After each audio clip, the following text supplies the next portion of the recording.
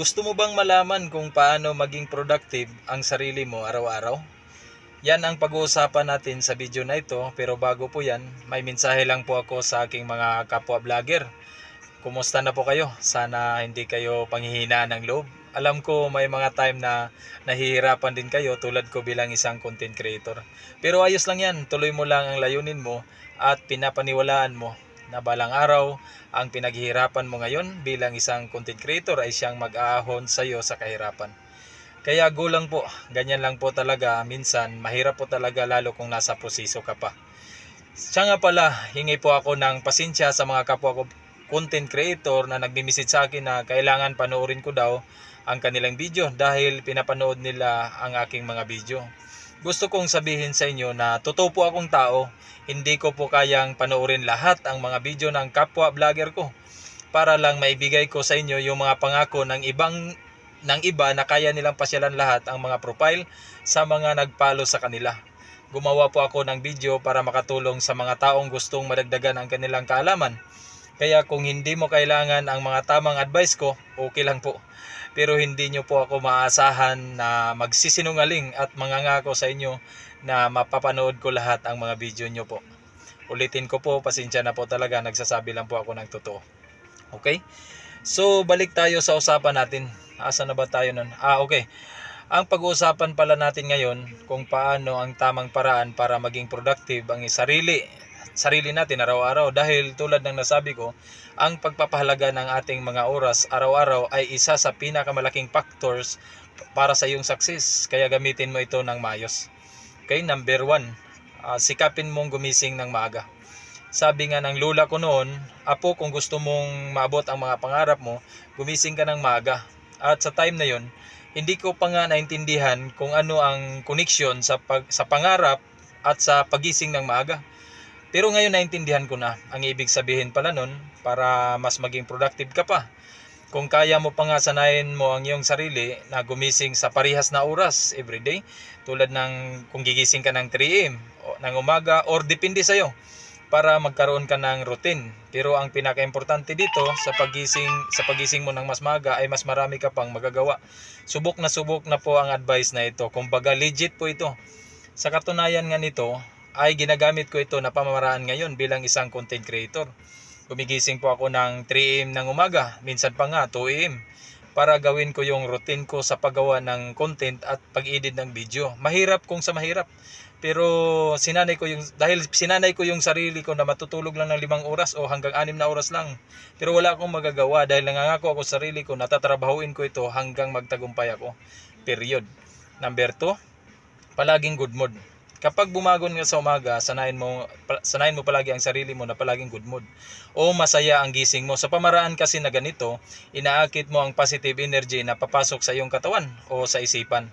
Importante kasi na may maayos kang pakiramdam dahil may epekto kasi ang pakiramdam mo sa tatakbuhin ng araw mo. Kasi kung pagkagising mo pa lang parang wala ka ng gana, at malamang wala ka ng gana sa kabuuan ng araw mo. Naalala mo pa ba nung nag-aaral ka pa? Pagising mo sa umaga, ganadong-ganado ka dahil makikita mo na naman ang crush mo.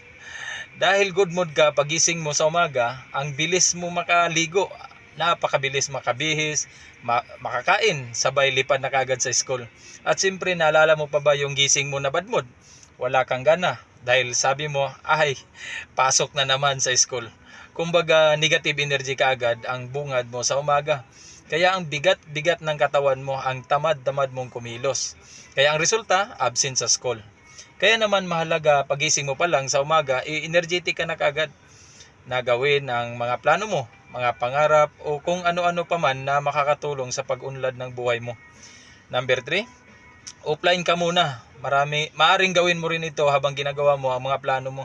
Offline gadget muna para iwas distract o makapag-focus ka muna sa mga ginagawa mo. Pero kung ginagamit mo ito sa work mo, okay lang. Pero alam naman natin na hindi sa lahat ng trabaho sa panahon ito ginagamit. Kaya huwag ka masyado magbaba dito. Dahil hindi naman ito nakakatulong sa iyo, lalong-lalo na kung scroll ka lang scroll at nakikipag-argument ka lang din sa comment section sa usapang pampolitiko. Anhin mo naman ang mga ito.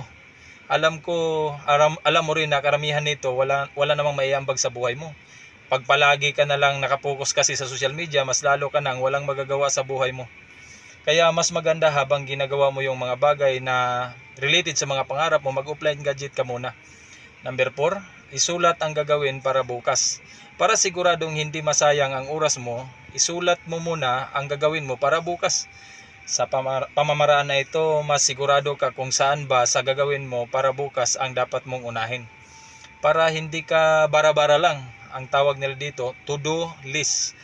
So pwede ka mag-umpisa sa mahirap na trabaho o sa madali na trabaho. Ang importante lang dito na may sinusunod kang schedule o sariling deadline para mas marami kang matatapos na trabaho. Number 5, active mentality. Alamin mo sa sarili mo yung time na energetic ka. Hindi kasi pare-parehas ang tao. May mga tao na sobrang active sa umaga, tanghali o gabi. Makakatulong din sa iyo ito kung malaman mo sa sarili mo kung anong time ka active or energetic kasi gagamitin mo ang time na ito para sa mga mahihirap na tasking o mahihirap na gawain mo para hindi ka tatamad-tamad at siguradong matatapos mo ang gawain mo. Sa mga time na ito, dapat iwasan mo muna na ma-distract sa kahit anong bagay para makapag-focus ka talaga. At darating ang time na masasanay ka na sa pamaraan na ito, sa tuloy-tuloy mo na itong gagawin. Number 6, huwag ugaliin ang mag-multitask. Alam nating lahat na may mga tao talaga na kayang gumawa ng sabay-sabay, lalo kung marami talagang gagawin dahil gusto mong mahabol talaga ang oras. Pero ang totoo nito, hindi ka nagiging productive dito. Yung pamamaraan na palipat-lipat ng task o ginagawa mo ay siya pang nagiging dahilan na madali ka lang malubat o mapagod, either mentally or physical. At malaki din ang chance na magkakamali ka dahil hindi lang iisa ang nasa isip mo, kung hindi dalawa o mas marami. Kaya ang resulta, hindi ka ganun ka-productive. Oo, may mga time talaga na kailangan nating mag-multitask, which is totoo naman ang mga ito. Pero kung kaya mo naman, mas nakabubuti na iwasan mo ito para mas makapag-focus ka talaga sa isang gawain mo. Pagkatapos nito, at saka mo na lang gawin yung susunod. Okay, number 7. Kailangan mo rin mag-break sa ginagawa mo. Napakahalaga ng pahinga. Ito yung time na mag-recharge ang energy mo para maging productive ka palalo at para maiwasan din yung tinatawag nila na overwork ka na. Ang paggawa ng isang bagay ay hindi ito labanan ng pabisihan o paramihan ng overtime. Hindi po ganun. Ang importante sa kahit anong ginagawa mo ay ang resulta. Yung value na nabibigay mo para sa tao, para sa kumpanya, para sa customer mo kung may business ka. Kasi wala namang kwenta kung nagbibisi-bisihan ka lang kung wala namang magandang resulta. Wala din. Kaya mahalaga din na mag-break ka rin kahit ilang minuto. Lumabas ka muna sa company mo, lumabas ka muna sa office mo, maglakad-lakad ka muna, o di kaya'y mag-coffee ka muna. Kumbaga binigyan mo ng konting reward ang sarili mo sa mga mahihirap na gawain.